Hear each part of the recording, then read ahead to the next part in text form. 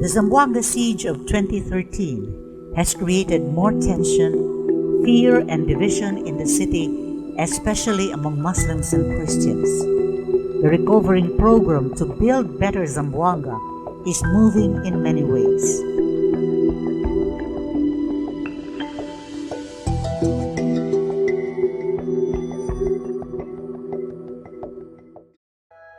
Here we present the stories of two women, one Christian and one Muslim, to encourage many to live and promote harmony among Muslims and Christians. This presentation is about Ma'am Minda and Hadja Sara, two friends and leaders who live the spirit of harmony. Their stories must be lessons for us to reflect. What about me? What can I do more to promote harmony in society?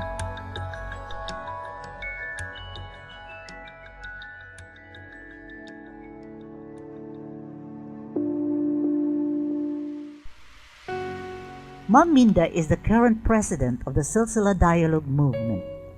She was a new graduated teacher in 1984 when Silsila started in Zamboanga. Her desire to dedicate her life to a mission brought her to Silsila and became one of the first members of the movement. From that time on, she has been involved in Silsila with different responsibilities, and she started to consecrate her life to the mission of Silsila. This determination was tested when in 1992, Father Salvatore Carzeda, Pime, was killed in Zamboanga in his mission of dialogue in Silsila. It was a kind of a search and desire to do something more in my life, in that stage of my life. And then I was searching indeed to do something more, and a very meaningful one. I was attracted to the movement because this is composed of Muslims and Christians. And it was part of my dream to serve different people of different cultures and different situations where they are in. So I like the experience because there are formation and that there were exposures, there were different and varied activities that were conducted to help promote dialogue in peace through Muslims and Christians, of course. And then in the journey of being in the movement, I decided, together with other three Catholic Christians who are also members of the movement, to start a new experience, and this we call the Emos Dialogue Community.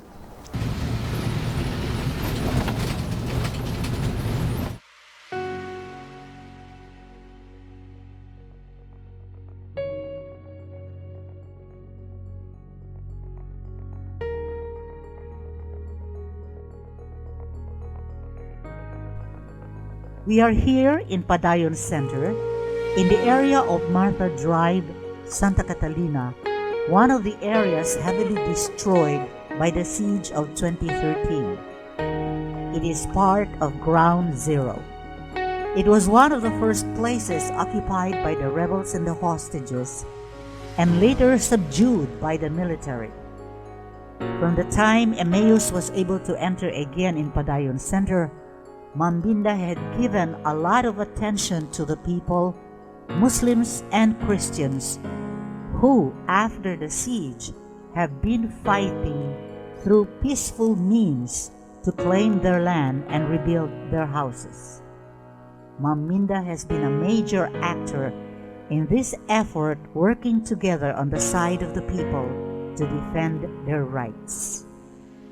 The Emos Dialogue community that time, myself especially and some others in the Padayon Center, helped a lot in giving direction to the people around us. There were almost more than 30 families that we have guided accordingly.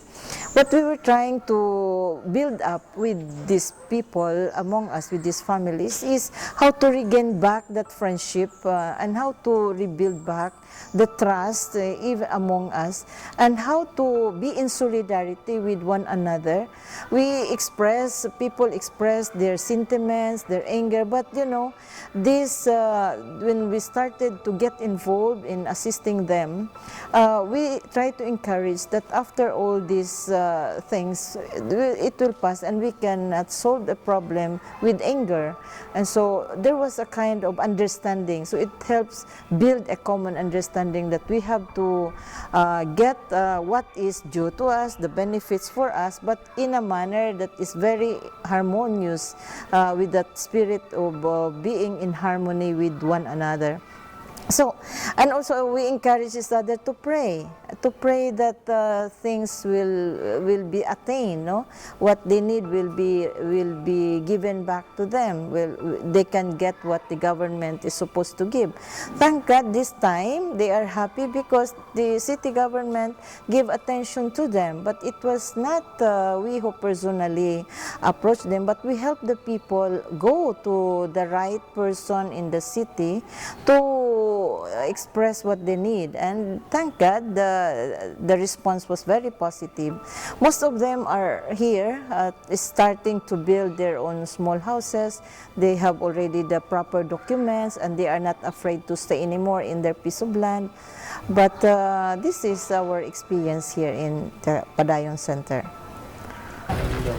Say, sa Manila update di aton ara kinakuan ko sa pwede. Tapos namin ma'am sa housing materials, lahat ng tao dito sa Sebastian, lahat kami bali 36 occupants, iba pa ang doon sa kabila.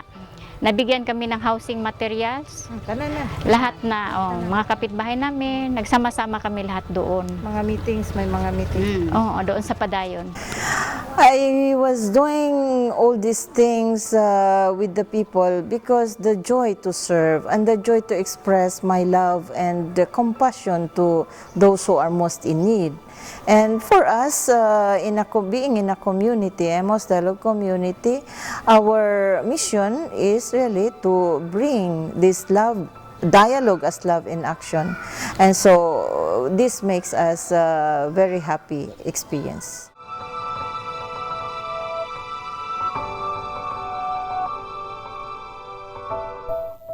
This is the road going to Lima Elementary School in the barrio of Baluno, Zamboanga City.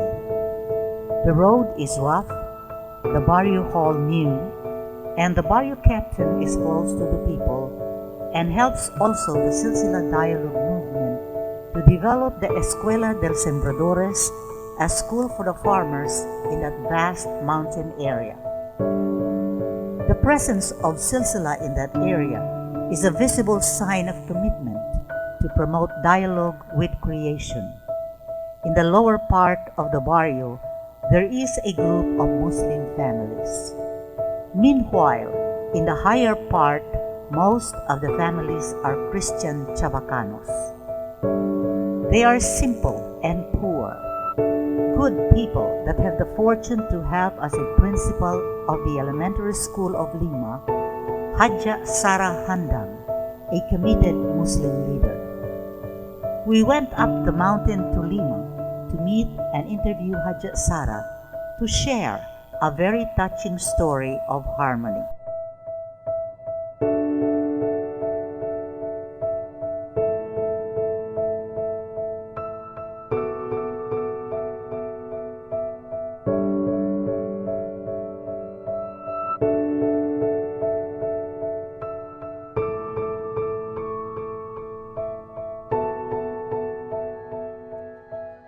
This love that I have towards people is a natural thing to me because in my life I do not have any prejudices, because although my mother is a pure Bisaya and my father is pure Tausug, but we do not have any prejudices in the family.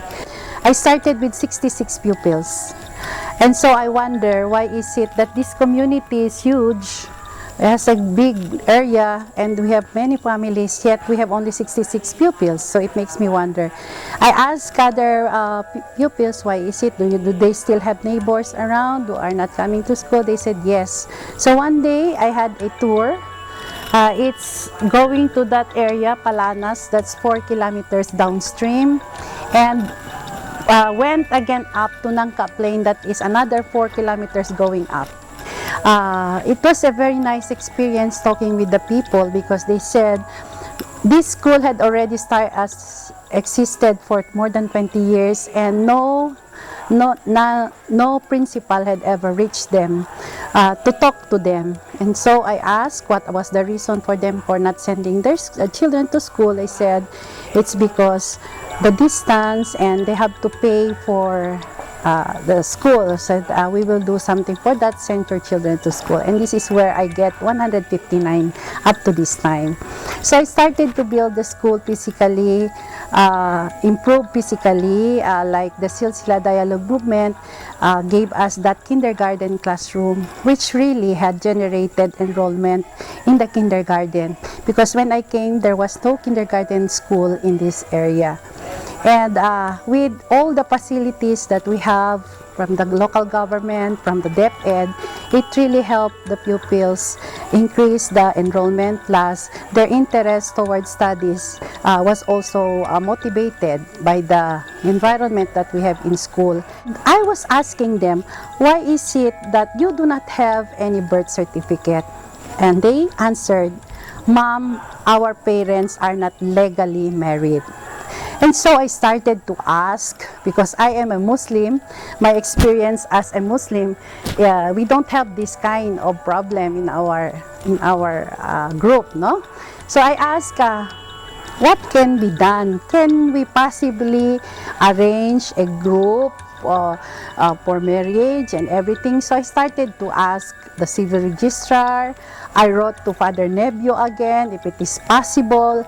I talked to the catechist to list down some of the parents who are enrolled and even in the community who are not married. And I was able to get 54 couples. And so I went to the civil registrar and said, yes, it can be done. These are the following requirements. So I called for a meeting. The parents are here. I talked to them, said, you have these documents, probably if we can help. So the response was very positive. All the people that I went through, the agencies that I went through, are also responding positively. And so that dream came true last October 23, when there were 35 couples who got married.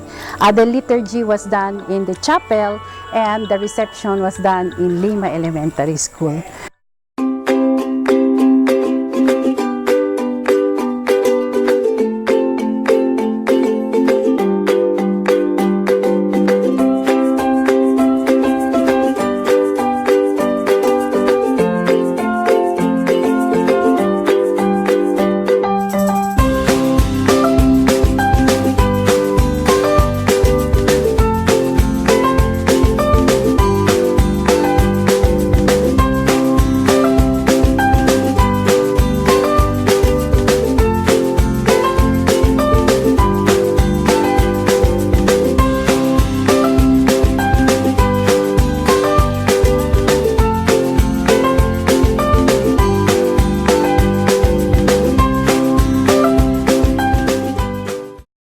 Uno ele del mga aquella casa. So, ¿cuánto año ya kita esta hindi kasaw? Kwan man ay kasab gani yo del usa ka na kumana civil pero na kasa na iglesia ara ya bene ganito almost siguro mga 10 years ma'am. 10 years. ¿Cuánto 10 anak years pa ya tini? Na po 4 mama. 4 ya. So, hindi gali sagraw al pamilya si hindi takasa na iglesia. Pura so bueno kad gali man blessing ka naton. Sí. So, si Joy uno también del recipient del mass wedding, no? Joy, cosa tu ya sinti cuando ya casa tu con ya di tuyo? ¿Cuánto año ya de casado? 35 años ya, ma'am. Kabar? Kami de juntos después. Aquel October kami ya casa. Sí. So, ¿cómo yo de ustedes school principal, ¿no? Cosa ustedes puede hablar con la experiencia que tiene ustedes kayo un Muslim, kabar ustedes Kristiyano, kay manada ta pregunta, porque Muslim to, yamanda to kasa ko ng mga Kristiyano, ansina. Siyempre, ma'am, alegre kami kayo. Pati proud ka Kwanto anyo kami na akalo, eto lang ngayon, niya pwede asikwan ka namun, mas musliman to. Si, Eto lang niya pwede asikwan ko ng mga Kristiyano. Yakasa, alegre kami, kaya masin, at sino lang nimi mani naman niya, asikwan na ni baba. si, Pero, pagpalakini siyempre para pwede kami kasama. cosa el change aquel o como cambio na de ustedes familia, aquel no hay pa ustedes ya casa pati este ara ya casa ya gayon. Tiene ba cambio na amor, na cosa el amistad del un man maridable na familia, cosa el efecto. Veras, ma'am, ya puede, te pidi kami mucho gracias. Usted puede te ayuda ka namun. Sí. Por 13 años kami de junto. Sí. Tiene kami 4 bilog anak. Es que da kami kupoko dol ko doho jaman dida. Po yung experience ko lang din yung anak-ara, ma'am, kay sagraw ya, do liviano di la vida, ma'am. Sa piligan nga gracias contigo, kay por caso contigo, ya pwede sila sagra ya, de maridable. Sí. Pwede sinti ba ustedes kay abla, hoy, pwede ka si Ma'am Sara, asi Muslim man eli, at yan ka ustedes kel ansina kwan? No ay ma'am, no ay kami doubt contigo. Ay, proud ka kami contigo. Sabi, pwede ka tukal ASEAN sina maskin un Muslim to. Sí. Kaya dito yung ese o corazon, no ay Muslim, no ay Kristiyano. Igual to trata. To be a Hajja is not does not end by just wearing beautiful hijab or headdress. Being a Hajja is something that you had been looked after by people around you and set as an example of being a good Muslim.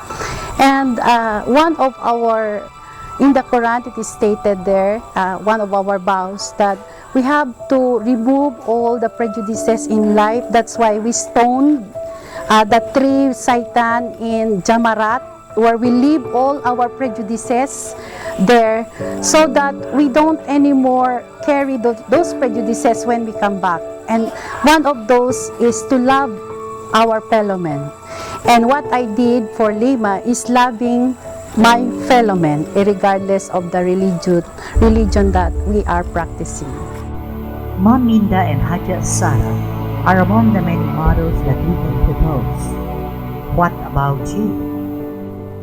We hope to record many good stories of harmony in action to change the world and share the power of love, the most powerful way to document, to dream of future peace in Mindanao, where people of different cultures and religions love each other as brothers and sisters.